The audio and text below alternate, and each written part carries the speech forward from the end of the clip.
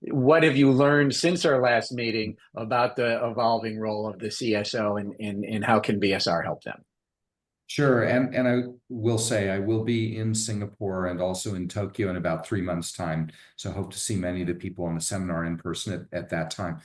We did do a report in the fourth quarter of last year on the changing role of the Chief Sustainability Officer. And we presented 3 archetypes. One was the steady manager, someone who is keeping progress just steady, hopefully not slow, but steady.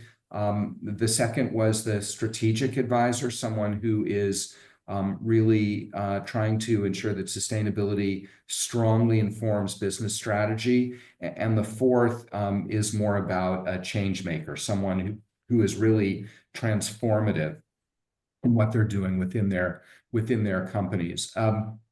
Given some of the headwinds and crosswinds that have come up in the last, I guess, about 6 months since we published the report, we've added a fourth archetype, which in its best sense you could see as a Marvel superhero, the defender in chief, someone who, at a time when indeed there are downward pressures on sustainability, and we are hearing that from a number of companies and so on, that people who are making sure that a company stands its ground and doesn't give up on important commitments that a company is making. And I think while I stand by what I said earlier, that sustainability is not necessarily going in reverse, the reality is that the boardroom agenda, the C-suite agenda, is incredibly intense and crowded right now.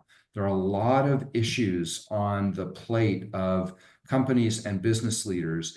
And there are certainly cases where a chief sustainability officer just doesn't get as much airtime with the board as he or she might have gotten 6, 12, 18 months ago. And that may not be because a company thinks sustainability is less important in absolute terms, but it's going to look at sustainability as one critical question amongst many that are demanding the time and attention of business leaders.